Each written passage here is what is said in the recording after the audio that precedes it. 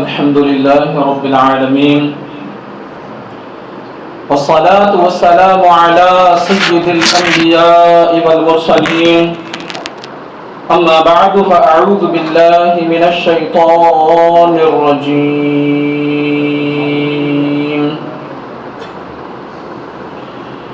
بسم الله الرحمن الرحيم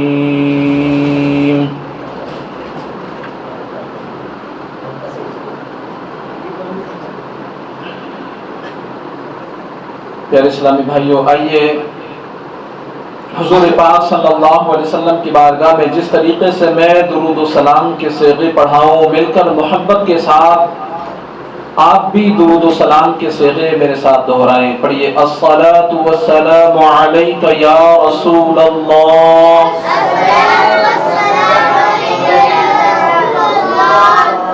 وعلی آلک واصحابک یا حبیب اللہ،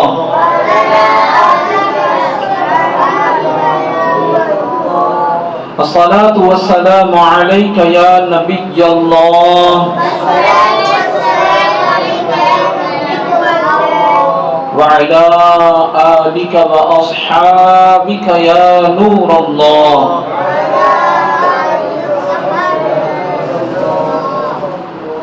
نويت سنة الاعتكاف۔ پیارے پیارے اسلامی بھائیوں، جب کبھی داخل مسجد ہوا کریں، یاد آنے پر اعتکاف کی نیت کر لیا کریں کہ جب تک مسجد میں رہیں گے اعتکاف کا ثواب ملتا رہے گا۔ یاد رکھیے، مسجد میں کھانے پینے، سونے، سحری افطاری کرنے، یہاں تک کہ آب زمزم یا دم کیا ہوا پانی پینے کی بھی شرعاً اجازت نہیں۔ البتہ اگر اعتکاف کی نیت ہوگی تو یہ سب چیزیں ضمناً جائز ہو جائیں گی۔ اعتکاف کی نیت بھی صرف کھانے پینے یا سونے کے لیے نہیں ہونی چاہیے، بلکہ اس کا مقصد اللہ کریم کی رضا ہو۔ فتاوی شامی میں ہے، اگر کوئی مسجد میں کھانا پینا یا سونا چاہے تو پہلے اعتکاف کی نیت کر لے، پھر کچھ دیر ذکر اللہ کرے، پھر کھا پی یا سو سکتا ہے مسجد میں۔ نبی پاک صلی اللہ علیہ وسلم کا فرمان علی شان ہے، بے شک اللہ پاک نے ایک فرشتہ میری قبر پر مقرر فرمایا جسے تمام مخلوق کی آوازیں سننے کی طاقت عطا فرمائی ہے، بس قیامت تک جو کوئی مجھ پر درود پاک پڑھتا ہے تو وہ مجھے اس کا اور اس کے باپ کا نام پیش کرتا ہے اور کہتا ہے فلاں بن فلاں نے آپ صلی اللہ علیہ وسلم پر درود پاک پڑھا ہے۔ صلو علی الحبیب صلی اللہ علی محمد صلی اللہ علیہ وسلم۔ پیارے پیارے محترم اسلامی بھائیوں، فرمان مصطفیٰ صلی اللہ علیہ وسلم افضل العمل النیت الصادقہ، سچی نیت سب سے افضل عمل ہے۔ اے عاشقان رسول، ہر کام سے پہلے اچھی اچھی نیتیں کرنے کی عادت بنائیے کہ اچھی نیت بندے کو جنت میں داخل کر دیتی ہے۔ بیان سننے سے پہلے بھی اچھی اچھی نیتیں کر لیجئے۔ مثلا نیت کیجئے علم سیکھنے کے لیے پورا بیان سنوں گا، با ادب بیٹھوں گا، دوران بیان سستی سے بچوں گا، اپنی اصلاح کے لیے بیان سنوں گا اور جو سنوں گا دوسروں تک پہنچانے کی کوشش کروں گا۔ صلو علی الحبیب صلی اللہ تعالی علی محمد صلی اللہ علیہ وسلم۔ اے عاشقان رسول، ماہ رمضان المبارک آ رہا ہے، سبحان اللہ، ماہ غفران یعنی بخشش کا مہینہ آ رہا ہے، ماہ رحمان، ماہ عظیم الشان تشریف لا رہا ہے۔ امام محمد بن محمد غزالی علیہ رحمۃ اللہ الوالی لکھتے ہیں جو بندہ رمضان المبارک کی پہلی رات 2 رکعت نماز پڑھے، ہر رکعت میں سورہ فاتحہ کے بعد 1 مرتبہ سورہ فتح پڑھے اور سلام پھیرنے کے بعد 10 بار سورہ قدر پڑھے، پھر رسول ذیشان مکی مدنی سلطان صلی اللہ علیہ وسلم پر 10 مرتبہ درود پاک بھیجے تو اس سے مرنے سے پہلے اسے 2 فضیلتوں میں سے کوئی ایک فضیلت حاصل ہوتی ہے، یا تو وہ خواب میں اللہ پاک کا دیدار کرتا ہے یا پھر شب قدر اسے حاصل ہو جاتی ہے۔ اے میرے پیارے محترم اسلامی بھائیوں، کیا آپ جانتے ہیں ماہ رمضان المبارک کتنا عظیم مہینہ ہے؟ جی ہاں، یہ وہ مہینہ ہے جو برکتیں اور رحمتیں لٹانے والا مہینہ ہے، وہ مہینہ تشریف لا رہا ہے، جیسے حدیث پاک میں جسے سید الشہور یعنی تمام مہینوں کا سردار کہا گیا ہے، وہ مبارک مہینہ آ رہا ہے۔ اس کی پہلی رات سے آسمانوں کے دروازے کھول دیے جاتے ہیں، پھر آخری رات تک بند نہیں ہوتے۔ جو اس مہینے میں ایک سجدہ کرے اس کے لیے 1500 نیکیاں لکھی جاتی ہیں، اس کے لیے 1500 نیکیاں لکھی جاتی ہیں، اور جنت کے سرخ یاقوت کا گھر بنایا جاتا ہے۔ جو ماہ رمضان کا پہلا روزہ رکھتا ہے اس کے پچھلے گناہ معاف کر دیے جاتے ہیں۔ صبح سے شام تک 70,000 فرشتے اس کے لیے دعائیں مغفرت کرتے رہتے ہیں۔ وہ مہینہ آ رہا ہے جس میں نفل کا ثواب فرض کے برابر اور فرض کا ثواب 70 گنا بڑھا دیا جاتا ہے۔ رمضان المبارک کی پہلی رات اللہ پاک اس امت پر نظر رحمت فرماتا ہے، اس امت پر نظر رحمت فرماتا ہے، اور جس پر اللہ پاک نظر رحمت فرمائے اسے کبھی عذاب نہیں دیتا۔ اس مبارک مہینے میں بخشش کے پروانے بانٹے جائیں گے۔ ہر روز افطار کے وقت 10 لاکھ گناہ گاروں کی بخشش کی جائے گی، اور جب اس مبارک مہینے میں جمعہ تشریف لائے گا تب تو بارے ہی نیارے ہو جائیں گے۔ حدیث پاک کے مطابق رمضان المبارک میں شب جمعہ اور روز جمعہ یعنی جمعرات کو سورج غروب ہونے سے لے کر جمعہ کو سورج غروب ہونے تک ہر گھڑی میں 10 لاکھ کی مغفرت کر دی جاتی ہے، اور یہ سب مغفرت پانے والے وہ ہیں جن پر جہنم واجب ہو چکی ہوتی ہے۔ کاش ماہ رمضان میں مغفرت کی خیرات پانے والے خوش نصیبوں میں ہمارا نام بھی شامل ہو جائے۔ او مسلمانوں، کیا شان ہے ماہ رمضان کی، اور اس مبارک مہینے میں روزے رکھنے والوں کی بھی کیا شان ہے۔ صحابی رسول حضرت انس بن مالک رضی اللہ تعالی عنہ سے روایت ہے، نبی پاک صلی اللہ علیہ وسلم نے فرمایا، اگر اللہ پاک زمین و آسمان کو بات کرنے کی اجازت عطا فرما دے تو رمضان کے روزہ دار کو جنت کی خوشخبری سنانے لگ جائے۔ پیارے محترم اسلامی بھائیوں، ہماری قسمت کا ستارہ بھی چمکنے والا ہے۔ انشاءاللہ کل یا پرسوں ماہ رمضان کا چاند نظر آ جائے گا۔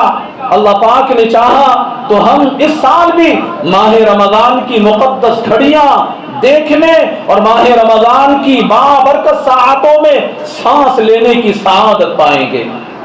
اللہ پاک ہمیں یہ سعادت بخشے۔ اللہ کرے ہمیں اتنی مہلت نصیب ہو اور ہم بخیریت و عافیت ماہ سبحان، ماہ نزول قرآن، پیارے پیارے مہینے ماہ رمضان تک پہنچنے میں کامیاب ہو جائے۔ جب ماہ رمضان تشریف لے آئے تو اس کا بھرپور استقبال بھی فرمائیے آپ، اور استقبال کس طریقے سے کرنا ہے۔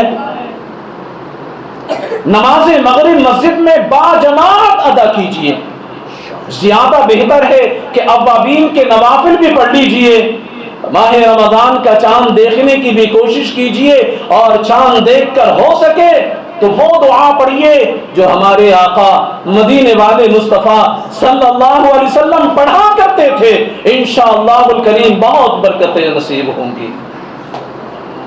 اور مسلمانوں، یہ بات ہمیشہ یاد رکھیے، ماہ رمضان سدھرنے کا مہینہ ہے، ماہ رمضان اپنے آپ کو بدلنے کا مہینہ ہے، اپنے ظاہر اور باطن کو پاک کرنے کا مہینہ ہے۔ اللہ پاک کلام مقدس میں یوں ارشاد فرماتا ہے، یا ایھا الذین آمنوا کتب علیکم الصیام کما کتب علی الذین من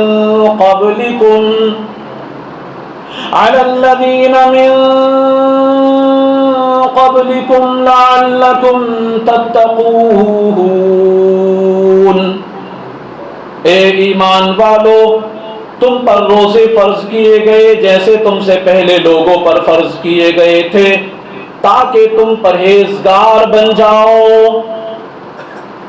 اس آیت کریمہ میں روزے کی جو اعلیٰ ترین حکمت اور بہت ہی پیارا اور بڑا فائدہ بتایا گیا وہ یہ ہے، لعلکم تتقون، تاکہ تم پرہیزگار بن جاؤ۔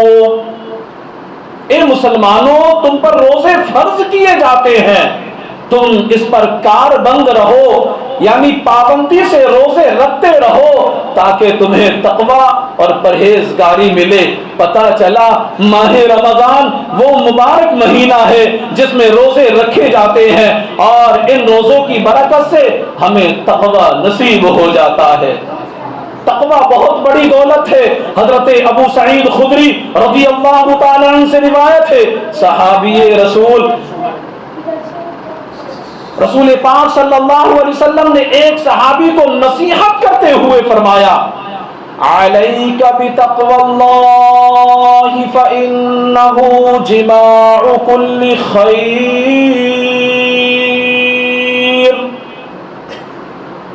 تم پر تقوی لازم ہے کہ بے شک تقوی تمام بھلائیوں کا مجموعہ ہے۔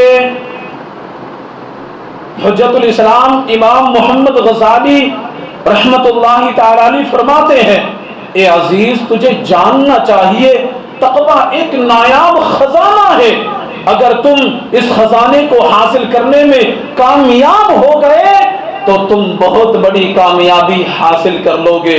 یوں سمجھو کہ دنیا و آخرت کی تمام بھلائیاں تقوی میں جمع کر دی گئیں، تقوی میں سمیٹ کر کے رکھ دی گئیں۔ دیکھیے کتنی بڑی فضیلت ہے، دنیا و آخرت کی تمام بھلائیاں تقوی میں جمع کر دی گئی ہے۔ اور روزہ وہ عبادت ہے جس کی برکت سے تقوی نصیب ہو جاتا ہے۔ دوسرے لفظوں میں یوں کہہ لیجئے کہ روزہ وہ اعلیٰ ترین عبادت ہے جس کی برکت سے بندہ دنیا اور آخرت کی تمام بھلائیاں پانے میں کامیاب ہو جاتا ہے۔ اور میرے میٹھے اور پیارے اسلامی بھائیوں، صوفیہ کرام کے ہاں ماہ رمضان اور روزے کی جو تفصیلات بیان کی گئی ہیں، ان کے مطابق رمضان کو نشاط ثانیہ یعنی نئی زندگی پانے کا مہینہ قرار دیا گیا ہے، بیان کی گئی ہے۔ ان کے مطابق رمضان کو، شاید آپ کو سن کر یہ حیرانی ہو کہ صوفیہ کرام کے مطابق انسان 2 مرتبہ پیدا ہوتا ہے۔ پہلی ولادت تو وہی جو عام مشہور ہے، جب ہم اس دنیا میں آتے ہیں۔ دوسری ولادت سے مراد دل کی پاکیزگی ہے، دوسری ولادت سے مراد دل کی پاکیزگی ہے، یعنی جب بندہ اپنے دل کو گناہوں سے، باطنی گناہوں سے، باطنی بیماریوں سے، حرص، لالچ، ہوس اور دنیا کی محبت سے، تکبر، خود پسندی جیسی بلاؤں سے پاک کر لیتا ہے، اس کو انسان کی نشاط ثانیہ یعنی دوسری ولادت کہتے ہیں۔ حضرت شیخ ابو بکر شبلی، بڑا پیارا واقعہ یہاں بیان کیا گیا جو روح کو تڑپا دینے والا ہے۔ جو ذہن کو جھنجھوڑ دینے والا ہے۔ توجہ فرمائیں، حضرت شیخ ابو بکر شبلی رحمت اللہ علیہ 3 صدی ہجری کے بلند رتبہ بزرگ ہیں۔ آپ اپنی زندگی کا حیرت انگیز اور سبق آموز واقعہ بیان کرتے ہوئے فرماتے ہیں، ایک مرتبہ میں قافلے کے ساتھ ملک شام جا رہا تھا۔ ایک مرتبہ میں قافلے کے ساتھ ملک شام جا رہا تھا، راستے میں اچانک ڈاکوؤں کی ایک جماعت نے ہمارے قافلے پر حملہ کر دیا اور قافلے والوں کا ساز و سامان لوٹنا شروع کر دیا۔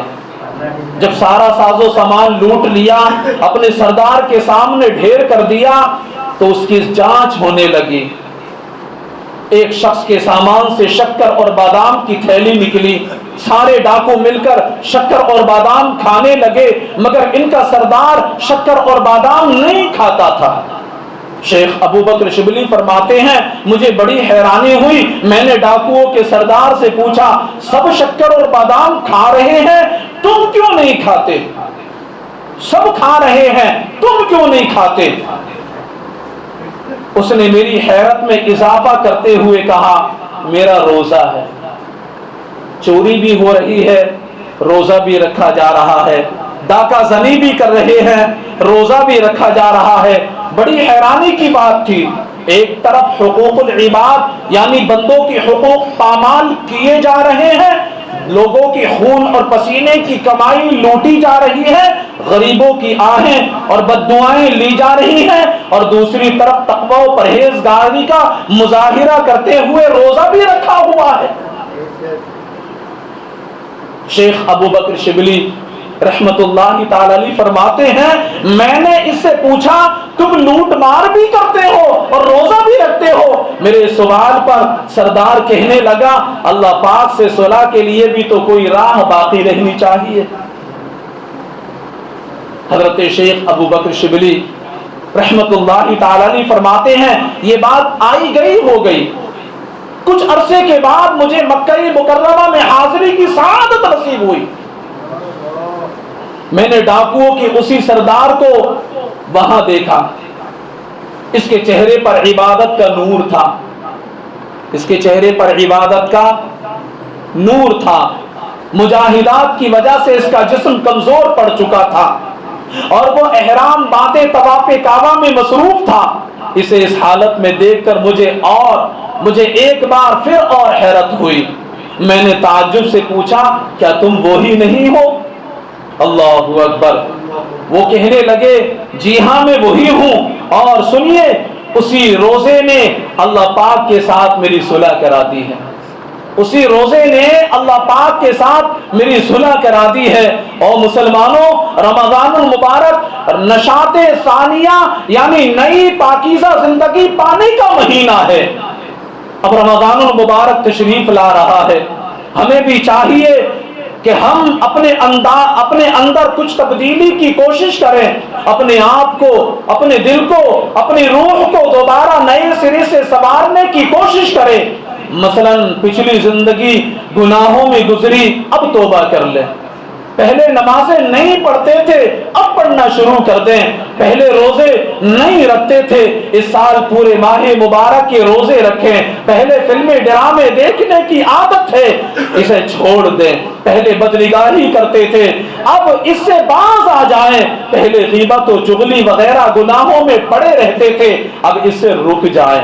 پہلے سودی لین دین کرتے تھے، اب چھوڑ دیں۔ غرض کے پہلے زندگی جیسے گزر رہی تھی سو گزر رہی تھی، اب رمضان المبارک تشریف لا رہا ہے۔ ماہ رمضان نشاط ثانیہ، ایک نئی زندگی اپنانے کا مہینہ ہے، لہذا پچھلی برائیوں والی زندگی کو چھوڑ کر نئی اچھی زندگی کی طرف قدم بڑھائیے۔ آئیے اچھی زندگی کی طرف آئیے، نیکیوں کی طرف آئیے، رب عز و جل کو منانے والی زندگی کی طرف آئیے۔ جیسے نئے سال آنے پر مختلف کمپنیاں اپنے پروڈکٹ کا نیا ماڈل نکالتی ہیں، ابھی جیسے سن 2025 شروع ہوا تو موٹر سائیکل، کار، موبائل وغیرہ کمپنیوں نے اپنے نئے ماڈل لانچ کر دیے ہوں گے۔ اسی طرح ہمارا ہماری اپنی ذات کا بھی تو کوئی ورژن ہونا چاہیے۔ رمضان المبارک تشریف لے آیا، لوگوں کو پتا چلے یہ بندہ پہلے بے نمازی تھا، اب نمازی بن گیا، پہلے جھوٹ بولتا تھا، اب سچا ایماندار ہو گیا، پہلے گلیوں میں بیٹھا کرتا تھا، لوگوں کو ستایا کرتا تھا، اب بندوں کے حقوق کا خیال رکھنے والا ہو گیا، پہلے کم نیکیاں کرتا تھا، اب زیادہ نیکیاں کرنے لگا ہے۔ غرض کہ ہمارے اندر کوئی تبدیلی تو آنا چاہیے، ہمارے اندر سے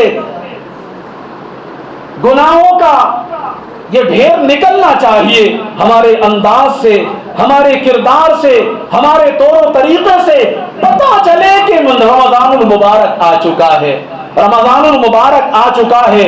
صحابی رسول حضرت جابر بن عبداللہ رضی اللہ تعالیٰ عنہ فرماتے ہیں، لا تجعل یوم صومک وَيَوْمَ فِطْرِكَ سَوَاءٌ، تمہارا روزے کا دن اور بغیر روزے کا دن ان دونوں کو ایک جیسا مت رکھو، ان دونوں کو ایک جیسا مت رکھو، یعنی کوئی تبدیلی ہونی چاہیے۔ رمضان علیحدہ مہینہ ہے، باقی سب مہینوں کا سردار ہے رمضان۔ خاص طور پر رمضان المبارک کے لیے جنت سجائی جاتی ہے، رمضان المبارک کے لیے جنت سجائی جاتی ہے۔ رمضان کی پہلی رات عرش کے نیچے سے تازہ ہوا چلتی ہے، رمضان آتے ہی جنت کے دروازے کھول دیے جاتے ہیں، جہنم کے دروازے بند کر دیے جاتے ہیں، شیطان کو قید کر دیا جاتا ہے۔ یعنی اس حد تک اس مہینے میں تبدیلیاں واقع ہوتی ہیں، پھر ہمارے کردار میں تبدیلی کیوں نہیں آتی؟ ہمارا انداز گفتگو کیوں نہیں بدلتا؟ ہمارے طور و طریقے میں تبدیلی کیوں نہیں آتی؟ رمضان نشاط ثانیہ نہیں، یعنی نئے سرے سے سنورنے کا مہینہ ہے۔ جب رمضان المبارک تشریف لے آئے تو ہمارے کردار سے، ہمارے گفتار سے پتہ چلنا چاہیے رمضان المبارک تشریف لا چکا ہے۔ مسلمان بدل چکے ہیں، انہوں نے اپنے انداز کو بدل لیا، اپنے گفتار کو بدل لیا، اپنے کردار کو بدل لیا، اپنے اخلاق کو بدل لیا۔ مسلمان بدل چکے ہیں، رمضان آ چکا ہے، یہ لوگوں کو پتہ چلنا چاہیے۔ حضرت عبادہ بن صامت رضی اللہ تعالی عنہ روایت کرتے ہیں، ایک مرتبہ ماہ رمضان المبارک کی آمد تھی۔ اللہ پاک کے آخری نبی مکی مدنی محمد عربی صلی اللہ علیہ وسلم نے فرمایا، تمہارے پاس ماہ رمضان آ گیا، یہ برکتوں والا مہینہ ہے، یہ برکتوں والا مہینہ ہے۔ اس ماہ مبارک میں اللہ پاک کی رحمتیں تمہیں ڈھانپ لیتی ہیں، اس ماہ مبارک میں گناہ مٹا دیے جاتے ہیں، اس مقدس مہینے میں دعائیں قبول کی جاتی ہیں، اس بابرکت مہینے میں اللہ پاک تمہارا نیکیوں کی طرف رغبت اور ذوق و شوق دیکھتا ہے، اور اللہ پاک فرشتوں کے سامنے تم پر فخر فرماتا ہے۔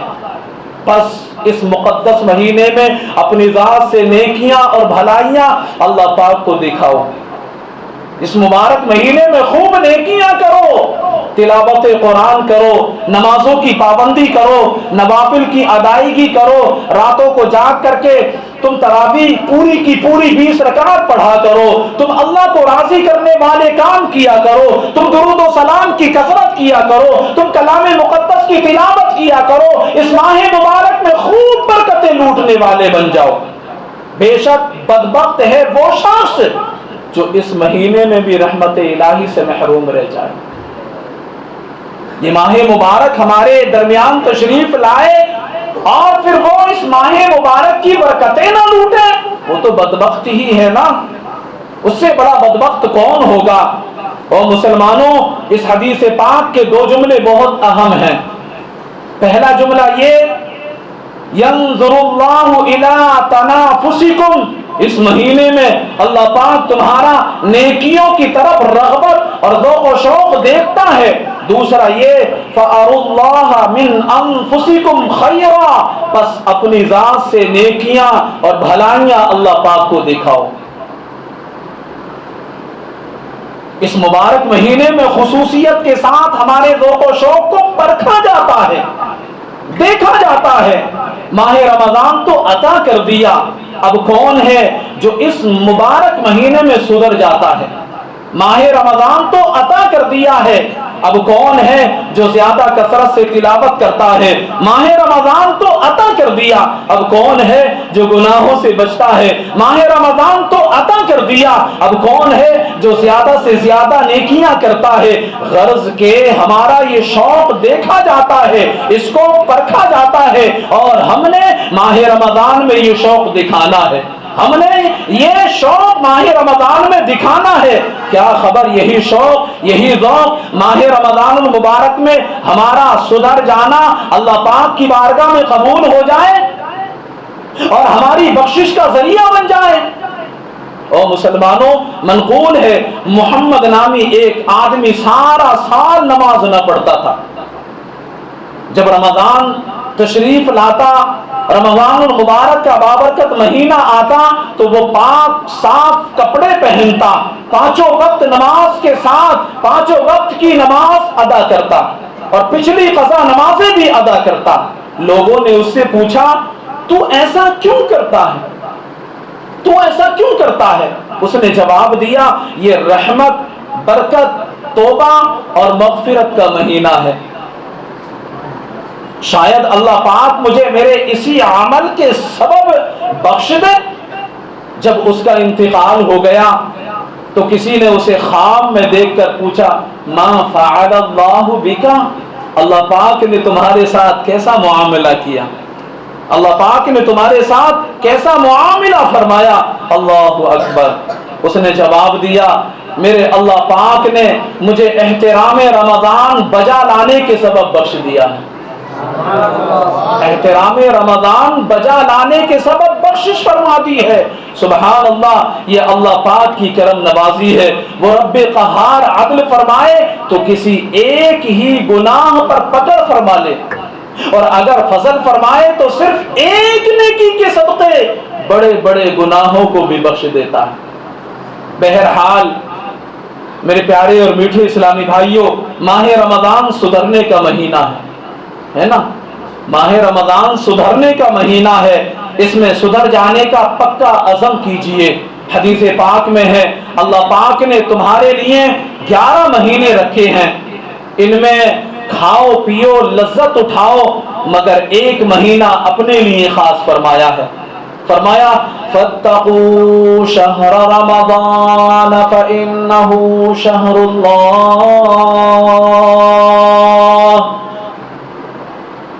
ماہ رمضان سے ڈرو، بے شک یہ اللہ پاک کا مہینہ ہے۔ او مسلمانوں، ماہ رمضان آ رہا ہے، سدھرنے کا مہینہ آ رہا ہے۔ ماہ رمضان کا ایک بنیادی مقصد تقوی کا حصول ہے، مسلمان سدھر جائیں، تقوی اختیار کر لیں۔ لہذا پورا ماہ رمضان تقوی و پرہیزگاری کے ساتھ یعنی گناہوں سے بچ کر گزارنے کی نیت کر لیجیے۔ آج یہ پکا ارادہ بنا لیجیے، پورا ماہ رمضان چاہے 29 دن ہو چاہے 30 دن ہو، میں نے ایک بھی گناہ نہیں کرنا۔ حضور مجدد الفسانی رحمت اللہ علیہ فرماتے ہیں جیسا رمضان گزرتا ہے پورا سال ایسا ہی گزرتا ہے۔ بندہ جیسے رمضان کو گزارتا ہے اس میں نیکیاں کرتا ہے، تلاوت کرتا ہے، نمازیں پڑھتا ہے، دوسروں کا دل نہیں دکھاتا، گالیاں نہیں دیتا، تکلیف پہنچنے پر صبر کا مظاہرہ کرتا ہے، دوسروں کو صبر کی تلقین دیتا ہے، غرض کے کوئی گناہ نہیں کرتا، غرض کے کوئی گستاخی نہیں کرتا، تو اس ماہ رمضان کے صدقے مولا تبارک و تعالی پورا سال ہی اس کے لیے ایسا فرما دیتا۔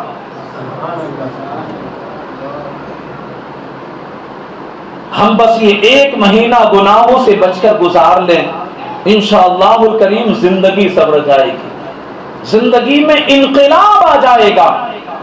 اس سال ماہ رمضان میں اپنا یہ ہدف بنا لیجئے کہ اس سال پورا ماہ رمضان میں نے گناہ نہیں کرنا، نماز چھوڑنا گناہ ہے، ایک بھی نماز نہیں چھوڑنی، جماعت ترک کرنا گناہ ہے، لہذا ایک بھی جماعت ترک نہیں کرنی، تراویح چھوڑنے کی عادت بنا لینا گناہ ہے، پورا مہینہ 20 کی 20 رکعت تراویح پڑھتے رہنا ہے مجھے، روزہ چھوڑنا گناہ ہے، لہذا صرف جمعرات اور جمعے کے نہیں بلکہ سارے روزے رکھنے ہیں۔ جھوٹ بولنا گناہ ہے، پورا ماہ رمضان ایک بھی جھوٹ نہیں بولنا۔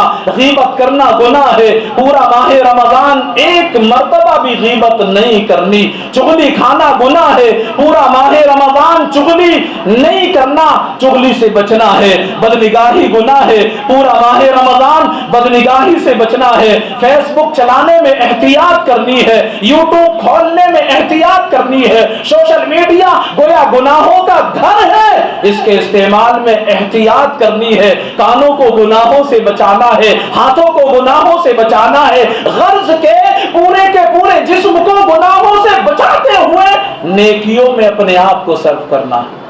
یہ عزم کر لیجئے، آپ یہ پکی نیت کر لیجئے انشاءاللہ۔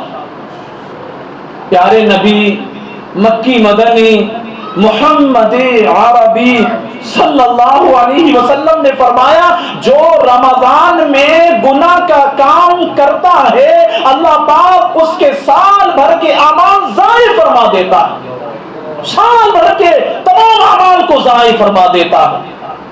بے شک رمضان اللہ پاک کا مہینہ ہے، لہذا اس میں گناہ کرنے سے بچتے رہو، مت کرو گناہ۔ ایک حدیث پاک میں ارشاد ہوا، رمضان المبارک کی بے حرمتی سے بچو، بے شک اس میں نیکی کی اہمیت بڑھاتی جاتی ہے۔ توجہ ہے نا، میرے نبی صلی اللہ علیہ وسلم ارشاد فرماتے ہیں کہ رمضان کی بے حرمتی سے بچو، بے شک اس میں نیکی کی اہمیت کو بڑھا دیا جاتا ہے، ایسے ہی گناہ کا وبال بھی بڑھا دیا جاتا ہے۔ اے میرے پیارے اور محترم اسلامی بھائیوں، گناہوں سے بچنا بہت ضروری بھی ہے اور بہت ہی اعلیٰ کام بھی ہے۔ علماء کرام فرماتے ہیں نیکی کرنے کی نسبت گناہ سے بچنا زیادہ ضروری ہے۔ قرآن و حدیث میں گناہوں سے بچنے کے بہت سارے دینی اور دنیاوی فائدے بیان فرمائے گئے ہیں۔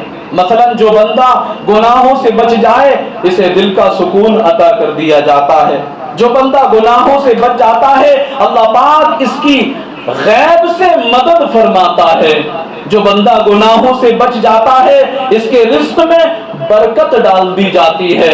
جو بندہ گناہوں سے بچ جائے اسے پریشانیوں سے نجات عطا کر دی جاتی ہے۔ جو بندہ گناہوں سے بچ جاتا ہے اسے حکمت و دانائی عطا کر دی جاتی ہے۔ جو بندہ گناہوں سے بچ جاتا ہے اسے ہر کام میں، ہر میدان میں کامیابی عطا کی جاتی ہے۔ جو گناہوں سے بچ جائے اس کی زبان میں تاثیر رکھ دی جاتی ہے۔ جو گناہوں سے بچ جائے اسے مخلوق میں عزت کا تاج عطا کیا جاتا ہے۔ جو بندہ گناہوں سے بچ جاتا ہے اس کا خاتمہ اچھا ہوتا ہے۔ جو گناہوں سے بچ جائے اس کے لیے باطن کے دروازے کھول دیے جاتے ہیں۔ جو گناہوں سے بچتا ہے اس کی دعائیں قبول کی جاتی ہے۔ جو گناہوں سے بچتا ہے اس کی عبادت میں لذت عطا کر دی جاتی ہے۔ جو گناہوں سے بچتا ہے اسے جہنم کی آگ سے نجات دے دی جاتی ہے۔ جو گناہوں سے بچتا ہے روز قیامت اسے سیدھے ہاتھ میں اعمال نامہ دیا جائے گا۔ جو گناہوں سے بچتا ہے روز قیامت اس کا حساب آسانی سے لیا جائے گا۔ جو گناہوں سے بچتا ہے اسے جنت کے عالیشان محلات عطا کیے جائیں گے۔ جو گناہوں سے بچتا ہے اسے روز قیامت عرش کا سایہ نصیب ہوگا۔ جو گناہوں سے بچتا ہے اسے ایمان کی مٹھاس عطا کی جائے گی۔ جو گناہوں سے بچتا ہے اس کے چہرے پر نیکی کا نور رکھ دیا جاتا ہے۔ جو گناہوں سے بچتا ہے اس پر رب کی رحمتیں برستی ہیں۔ جو گناہوں سے بچتا ہے اسے اجر عظیم دیا جاتا ہے۔ جو گناہوں سے بچتا ہے اس کے لیے 2 جنتوں کی خوشخبری عطا کی جاتی ہے۔ جی ہاں، جو بندہ گناہوں سے بچ جائے اسے رسول ذیشان مکی مدنی سلطان صلی اللہ علیہ وسلم اپنا پیارا دوست بنا لیتے ہیں۔ اور سب سے بڑھ کر یہ کہ جو بندہ گناہوں سے بچ جاتا ہے اسے اللہ پاک اپنے قرب کی لذتیں عطا فرما دیتا ہے۔ او مسلمانوں، یہ تو گناہوں سے بچنے کے انعامات تھے۔ اب جو بندہ گناہ کرتا ہے اس کو کیا کیا نقصانات ہو سکتے ہیں؟ وہ بھی سن لیجئے۔ علماء کرام فرماتے ہیں گناہ کے سبب رزق میں کمی آتی ہے۔ آج رونا رویا جاتا ہے نا، کئی ایک ایسے ہوتے ہیں کاروبار نہیں چل رہا حضرت، بڑی پریشانیاں ہیں، بیماریوں نے گھر میں ڈیرا ڈال رکھا ہے، تنگ دستیوں نے دروازہ پکڑ کر کے رکھا ہوا ہے، پریشانیاں جانے کا نام ہی نہیں لیتی۔ کبھی غور کیا ہم نے اپنی ذات پر؟ کبھی سوچا ہم نے اپنے دل پر ہاتھ رکھ کر کہ ہم کرتے کیا ہیں؟ ہماری صبح کیا نماز فجر کے ساتھ ہوتی ہے؟ ہماری صبح کیا تلاوت قرآن کریم کے ساتھ ہوتی ہے؟ ہماری صبح کیا رسول پاک صلی اللہ علیہ وسلم کی ذات بابرکات پر درود و سلام کے ساتھ ہوتی ہے؟ اگر ہوتی ہے تو پھر درست، اور اگر نہیں ہوتی تو یہ رونا بند کر دیں۔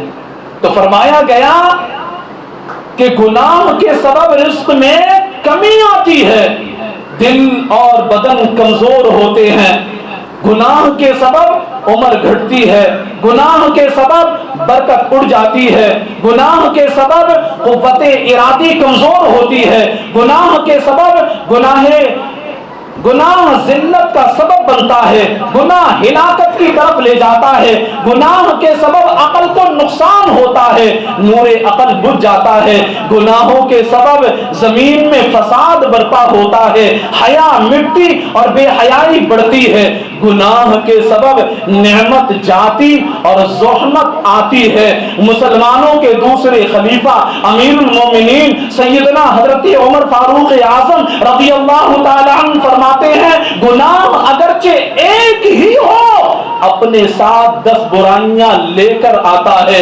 گناہ کرنے والا اللہ پاک کو غضب دلاتا ہے، گناہ کرنے والا ابلیس یعنی شیطان کو خوش کرتا ہے، گناہ کرنے والا جنت سے دور اور جہنم کے قریب ہو جاتا ہے، گناہ کرنے والا خود اپنے آپ پر ظلم کرتا ہے، گناہ کرنے والا اپنے باطن کو ناپاک کر لیتا ہے، گناہ کرنے والا اعمال لکھنے والے فرشتوں کو تکلیف دیتا ہے، گناہ کرنے والا پیارے آقا مدینے والے مصطفیٰ صلی اللہ علیہ وسلم کو غمگین کرتا ہے، گناہ کرنے والا زمین و آسمان کو اپنے خلاف گواہ بنا لیتا ہے، گناہ کرنے والا انسانوں سے خیانت اور اللہ رب العالمین کی نافرمانی کرتا ہے۔ جی یہ گناہوں کی نحوستیں ہیں کہ ہمارے معاشرے سے امن و سلامتی ختم ہو گئی، یہ گناہوں کی نحوستیں تو ہیں جو ہمارے معاشرے سے محبتیں ختم ہو گئیں، یہ گناہوں کی تو نحوستیں ہیں جو امانتیں ختم ہو گئیں۔ ہمیں گناہوں سے بچنا چاہیے۔ آج پکا ارادہ کر لیں کہ رمضان آ رہا ہے، رمضان میں ہم گناہ سے بچیں گے انشاءاللہ۔ او مسلمانوں، رمضان شریف تشریف لا رہا ہے، تقوی دلانے والا مہینہ آ رہا ہے، خود کو سدھارنے کا مہینہ آ رہا ہے، ہمت کیجئے، پچھلے گناہوں سے توبہ کر کے پاک صاف ہو کر اس پاک مہینے کا استقبال کیجئے۔ اللہ پاک کلام مقدس میں یوں ارشاد فرماتا ہے وَأَنِ اسْتَغْفِرُوا رَبَّكُمْ ثُمَّ تُوبُوا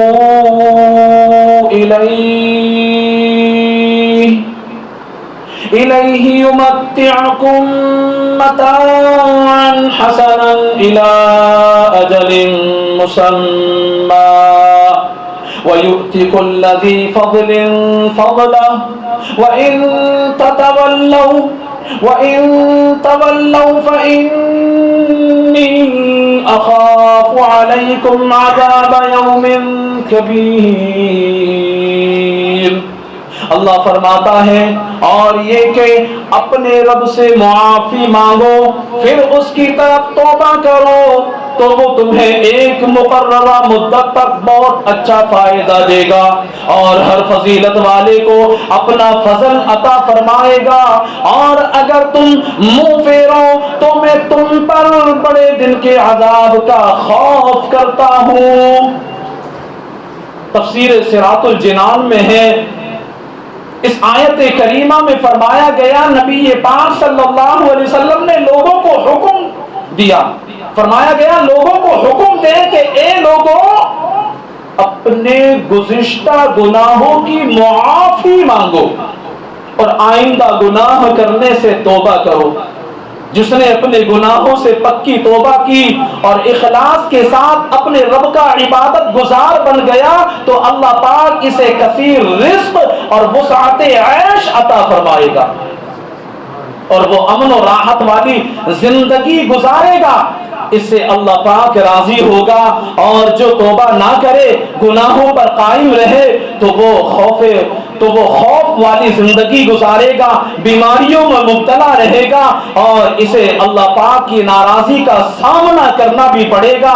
اگرچہ دنیا میں اسے لذتیں مل بھی جائیں تب بھی اس عیش میں کوئی بھلائی نہیں جس کے بعد جہنم ہو۔ ایسی لذت اور ایسا عیش و آرام کس کام کا کہ ہمیں پتا ہے کہ ہم گناہ کر کر کے لذتیں لے رہے ہیں، اور ان گناہوں کے سبب اللہ پاک ہماری جو پکڑ فرمائے گا تو وہ پکڑ فرمانے کے بعد جہنم میں ڈالے گا۔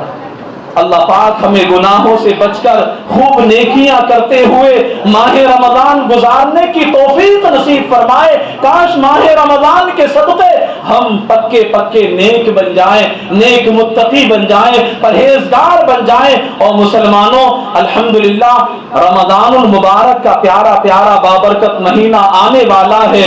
اس مبارک مہینے کا فیضان لوٹنے کے لیے دعوت اسلامی کے دینی ماحول سے وابستہ ہو جائیے، اور دینی کاموں میں خوب بڑھ چڑھ کر کے حصہ لیجئے۔ انشاءاللہ الکریم دین و دنیا کی بے شمار بھلائیاں نصیب ہوں گی، اور اللہ پاک نے چاہا تو فیضان رمضان بھی نصیب ہوگا۔ ہمارے علاقے میں ذیلی حلقے کے 12 دینی کام ہوتے ہیں، ان 12 دینی کاموں میں سے ایک دینی کام درس دینا بھی ہے۔ اپنے گھر میں درس دیجئے، اپنے دوستوں کو درس دیجئے، اپنے رشتہ داروں کو درس دیجئے، ان کو اچھی باتیں بتائیے، اللہ عز و جل کے احکام سنائیے، گناہوں پر جو وعیدیں ہیں وہ سنائیے، نیکیوں پر جو فضیلتیں ہیں وہ سنائیے، ان کو سمجھائیے اچھے طریقے سے۔ وَذَكِّرْ فَإِنَّ الذِّكْرَى تَنفَعُ الْمُؤْمِنِينَ، میرا اللہ فرماتا ہے جو کہ مسلمان کا دوسرے مسلمان کو سمجھانا یہ اس کے لیے فائدے مند ہوتا ہے۔ مسجد میں علم دین سکھانا سنت مصطفیٰ ہے۔ ہمارے آقا مدینے والے مصطفیٰ صلی اللہ علیہ وسلم مسجد نبوی شریف میں علم دین سکھایا کرتے تھے۔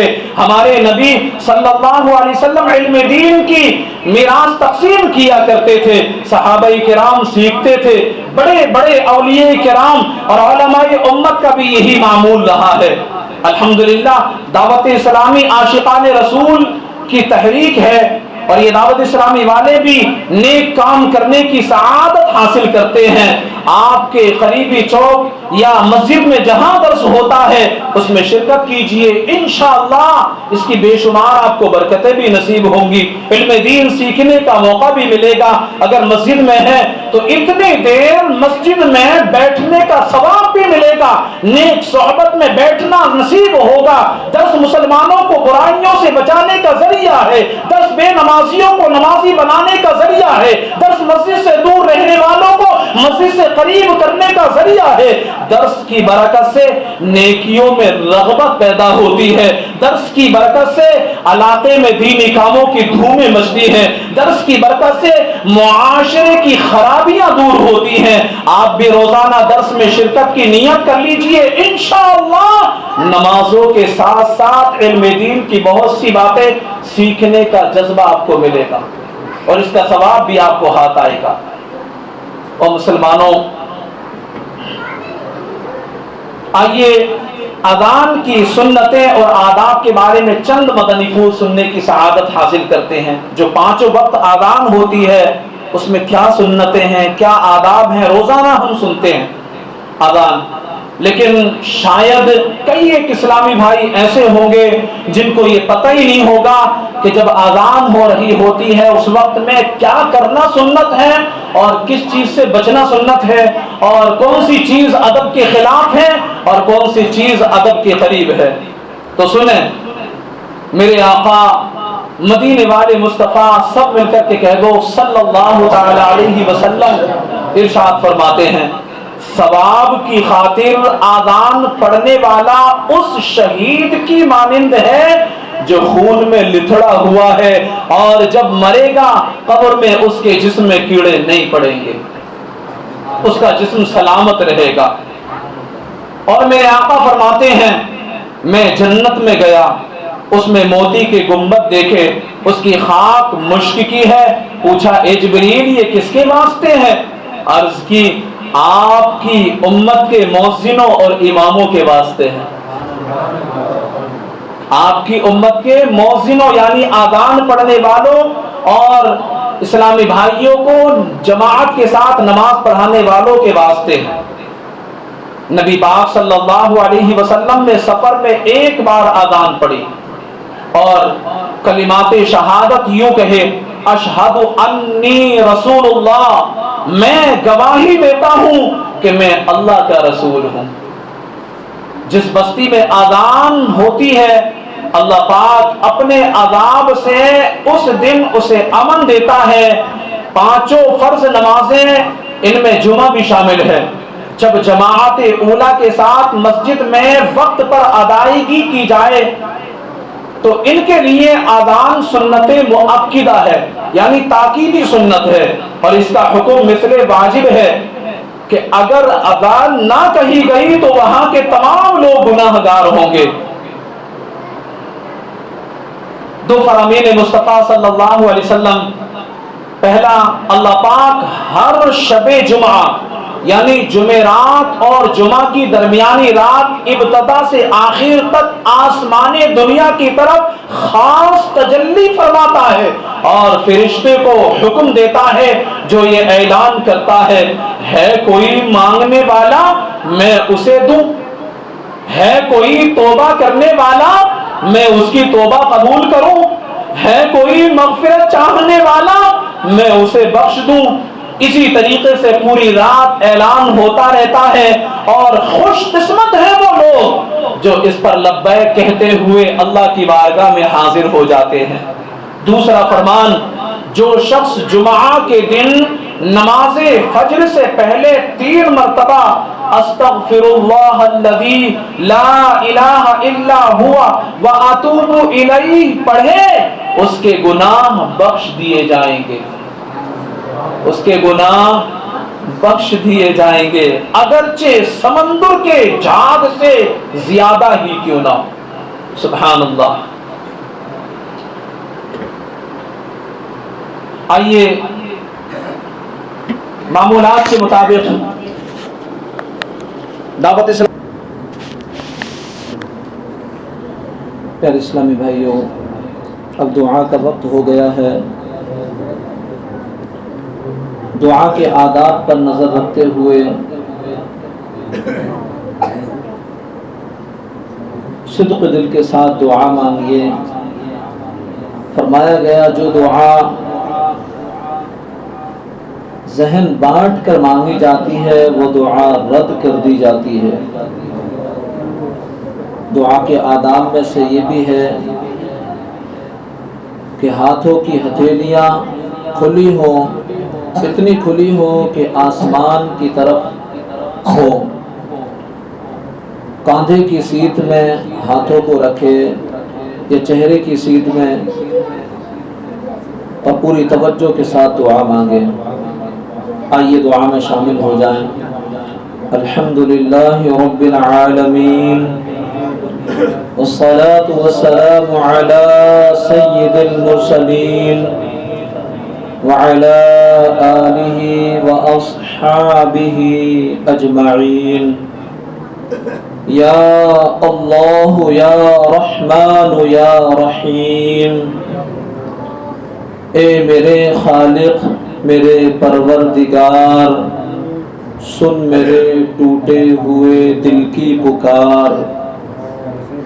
آ پڑی کشتی میری مجدھار میں، ہاتھ اٹھاتا ہوں تیرے دربار میں۔ یا ربنا یا ربنا یا ربنا یا ربنا یا ربنا۔ عصیاں سے کبھی ہم نے کنارہ نہ کیا، پر تو نے دل آزردہ ہمارا نہ کیا۔ ہم نے تو جہنم کی بہت کی تجویز، لیکن تیری رحمت نے گوارا نہ کیا۔ یا ارحم الراحمین یا ارحم الراحمین یا ارحم الراحمین۔ اے ہمارے پیارے پیارے اور میٹھے میٹھے مدنی آقا صلی اللہ علیہ وسلم کے سچے سچے رب، ہمارے یہ گناہوں بھرے ہاتھ تیری بارگاہ میں اٹھانے کے قابل تو نہیں، مگر پھر بھی تیری رحمت پر امید کیے دستے دراز کیے ہوئے ہیں۔ اے ہمارے پیارے پیارے اللہ، گناہ کر کر کے ہمارا دل سیاہ ہو چکا ہے، یہاں تک کہ اب تو نیکی کی کوئی بات بھی اثر نہیں کرتی۔ نہ ہمیں گزری ہوئی زندگی پر افسوس ہوتا ہے، نہ ہمیں گناہوں پر رونا آتا ہے۔ ندامت سے گناہوں کا ازالہ کچھ تو ہو جاتا، ہمیں رونا بھی تو آتا نہیں ہائے ندامت سے۔ اے ہمارے مالک و مولا، گناہوں کے سبب ہمارا نامہ اعمال سیاہ ہو چکا ہے، کوئی بھی ایسی نیکی نظر نہیں آتی جو تیری بارگاہ میں قبولیت کے قابل ہو۔ آج گرم گرم زمین پر ننگے پاؤں چلنا دشوار ہوتا ہے، اگر بداعمالیوں کی وجہ سے ہمیں دوزخ کے پرہول گڑھے میں پھینک دیا گیا تو ہمارا کیا بنے گا؟ آج معمولی گرمی بھی ہمارے ناتواں جسموں کو تڑپا کر رکھ دیتی ہے، اگر کل تیری ناراضگی کے سبب آگ کی لپیٹ میں آ گئے تو کیسے برداشت کر سکیں گے؟ اے ہمارے خالق و مالک، ہم نے علماء سے سنا ہے کہ جہنم کا سب سے ہلکا عذاب یہ ہے کہ دوزخی کو آگ کے جوتے پہنائے جائیں گے، جس کی تپش سے اس کا دماغ کھول اٹھے گا۔ آج ہم تپتی ہوئی زمین پر پاؤں نہیں رکھ سکتے، اگر گناہوں کے سبب آگ کے جوتے پہنا دیے گئے تو ہمارے نازک پاؤں کیسے برداشت کر سکیں گے؟ اے ہمارے مالک، نہ مچھر کا ڈنک سہا جاتا ہے، نہ کھٹمل کا ڈنک برداشت ہوتا ہے، اگر گناہوں کے سبب سانپ اور بچھو لپٹ گئے تو ہمارا کیا بنے گا؟ کون ہماری غمخواری کرے گا؟ کون ہمیں دلاسا دے گا؟ اے ہمارے مالک و مولا، تجھے تیرے پیارے محبوب علیہ السلام کا واسطہ ہم ناتوانوں پر رحم فرما، ہمیں ہر طرح کی سزا اور ہر طرح کے عذاب سے بچا لے۔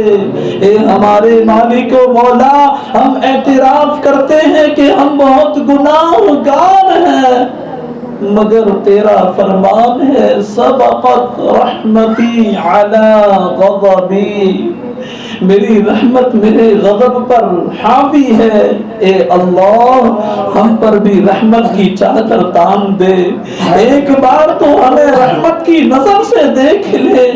اے ہمارے مالک و مولا، تیری بارگاہ کا دستور نرالا ہے، جو تیرے دربار میں اپنے جرم کا اعتراف کر لے اسے معاف کر دیا جاتا ہے۔ اے ہمارے پیارے پیارے اللہ، ہم بہت شرمندہ ہیں، تیرے قہر و غضب سے خوف زدہ ہے، ندامت سے سر جھکائے اعتراف جرم کرتے ہیں تجھے تیرے محبوب پاک کا واسطہ، تیرے محبوب پاک کے پاکیزہ آنسوؤں کا واسطہ ہم کمزوروں پر رحم فرما۔ اپنے محبوب صلی اللہ علیہ وسلم کے صدقے ہم پر کرم فرما۔ ہم تیری بارگاہ میں سچی توبہ کرتے ہیں، ہماری توبہ کو قبول فرما لے۔ اے اللہ ہمارے سابقہ گناہوں کو معاف فرما دے، آئندہ نیک اعمال کی توفیق دے دے۔ پیارے آقا صلی اللہ علیہ وسلم کی سیاہ زلفوں کا صدقہ ہمارے دل کی سیاہی دور کر دے۔ اے اللہ تیرے محبوب صلی اللہ علیہ وسلم کے رخ پر نور کا صدقہ ہمارے دلوں کو روشن فرما دے۔ اے اللہ تجھے تیرے محبوب صلی اللہ علیہ وسلم کا واسطہ ہماری مغفرت فرما دے۔ یا رب مصطفیٰ ہم سے راضی ہو جا، ہمیں ایمان و عافیت کے ساتھ مدینے میں موت، جنت البقیع میں مدفن، جنت الفردوس میں تیرے حبیب صلی اللہ علیہ وسلم کا پڑوس نصیب فرما دے۔ اے اللہ ماہ رمضان ہمارے درمیان آنے والا ہے، برکتیں لیے آ رہا ہے، رحمتیں لیے آ رہا ہے، مولا اسی ماہ مبارک کا واسطہ ہماری مغفرت فرما دے۔ اے اللہ اس ماہ مبارک کے صدقے ہمیں نیک بنا دے۔ اے اللہ اس ماہ مبارک کے صدقے ہمیں متقی پرہیزگار بنا دے، تقوی شعار بنا دے، تیرے محبوب صلی اللہ علیہ وسلم کی پیاری پیاری سنتوں کا عامل بنا دے۔ اے اللہ کئی ایک اسلامی بھائی اس اجتماع پاک میں حاضر ہوئے، سب جانتے ہیں کہ اجتماع میں دعائیں کی جاتی ہیں، اور دعاؤں میں کئی ایک اسلامی بھائی وہ ہیں جو پریشان حال ہیں۔ ہم سب کا یہ ذہن ہے کہ ان اجتماعات میں کی جانے والی دعائیں قبول ہوتی ہیں، اسی امید کو لے کر کے ہم آتے ہیں۔ ہمارے گھروں میں کئی وہ ہیں جو بیمار ہیں، کئی وہ ہیں جو بے روزگار ہیں، کئی وہ ہیں جو گھریلو ناچاقیوں میں گرفتار ہیں، کئی وہ ہیں جو کاروباری بندشوں میں گرفتار ہیں۔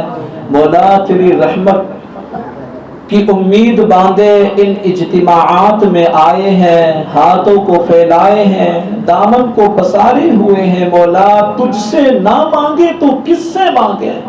تو ہی تو ہے جو پریشان حالوں کی پریشانیوں کو دور فرماتا ہے، بیماروں کو شفا دیتا ہے، تنگ دستوں کی تنگ دستیاں دور کرتا ہے۔ مولا ہمارے اوپر بھی اپنے رحمت کی نظر ڈال دے کہ ہم سے تمام پریشانیاں دور کر دے، بیماریاں دور کر دے، تنگ دستیاں دور کر دے، گھریلو ناچاقیاں دور کر دے، کاروباری بندشیں دور کر دے۔ ایک اسلامی بھائی ہیں، ان کی والدہ قوما میں ہے۔ اے اللہ تو اپنا ایسا کرم فرما، فضل و کرم فرما کہ انہیں مکمل صحت و سلامتی عطا کر دے، مکمل شفا عطا فرما دے۔ پر ایک اسلامی بھائی انہوں نے دعا کے لیے کہا، وہ بے روزگار ہیں، اے اللہ ان کو اچھا روزگار عطا فرما دے۔ اے اللہ تیری رحمت سے ان کو بہترین روزگار عطا فرما دے۔ کئی ایک اسلامی بھائی وہ ہیں جنہوں نے دعا کے لیے کہا کہ ان کے گھر ناچاقیوں میں گرفتار ہیں۔ اے اللہ اپنے حبیب کے صدقے ہمارے گھروں سے ناچاقیاں، نا اتفاقیاں، آزمائشیں، جھگڑے، فساد، آپسی ٹینشنیں دور فرما دے۔ اے اللہ ہمارے گھروں کو امن کا، محبتوں کا، الفتوں کا گہوارہ بنا دے۔ اے اللہ ہم سب کو تیرے محبوب صلی اللہ علیہ وآلہ وسلم کی پیاری پیاری سنتوں کے مطابق زندگی گزارنے والا بنا دے۔ اے اللہ ہم سب کو تیرے محبوب صلی اللہ علیہ وسلم سے سچی محبت کرنے والا بنا دے۔ اے اللہ ہماری تمام دلی جائز مقاصد پر، دعاؤں پر رحمت کی نظر فرما دے۔ جس کسی نے بھی دعا کے واسطے یا رب کہا، کر دے پوری آرزو ہر بے کس و مجبور کی۔ کہتے رہتے ہیں دعا کے واسطے بندے تیرے، کر دے پوری آرزو ہر بے کس و مجبور کی۔ بے برکتی اے اللہ پاک ایک اسلامی بھائی انہوں نے دعا کے لیے کہا کہ ان پر قرضہ بہت ہے، قرضے میں گرفتار ہے، مولا اپنے حبیب کے صدقے ان سے قرضے کو اتار دے۔ اے اللہ ایسے اسباب پیدا کر دے کہ ان کا قرضہ اتر جائے۔ مولا تجھے تیرے حبیب کا واسطہ ان کے قرضے کی ادائیگی کے اسباب مہیا فرما دے، ان کے قرضے کے اترنے کے اسباب پیدا فرما دے۔ مولا ہماری ان دعاؤں پر رحمت کی نظر فرما دے۔ قال اللہ تبارک و تعالی فی شان عظمت حبیبہ المصطفى ان اللہ وملائکتہ یصلون علی النبی یا ایہا الذین آمنوا صلوا علیہ وسلموا تسلیما اللهم صل على سيدنا ومولانا محمد وبارك وسلم صلاة وسلاما عليك يا رسول الله صلی اللہ تعالی علیہ وسلم۔ ایک اسلامی بھائی کا نام عبداللطیف، ان کا انتقال ہو گیا، مولا ان کی بے حساب مغفرت فرما۔ یا اللہ ان کی بے حساب مغفرت فرما کر ان کو جنت الفردوس میں اپنے حبیب صلی اللہ علیہ وسلم کا پڑوس نصیب فرما۔ سبحان ربک رب العزت عما یصفون وسلام علی المرسلین والحمد للہ رب العالمین۔ لا الہ الا اللہ محمد رسول اللہ۔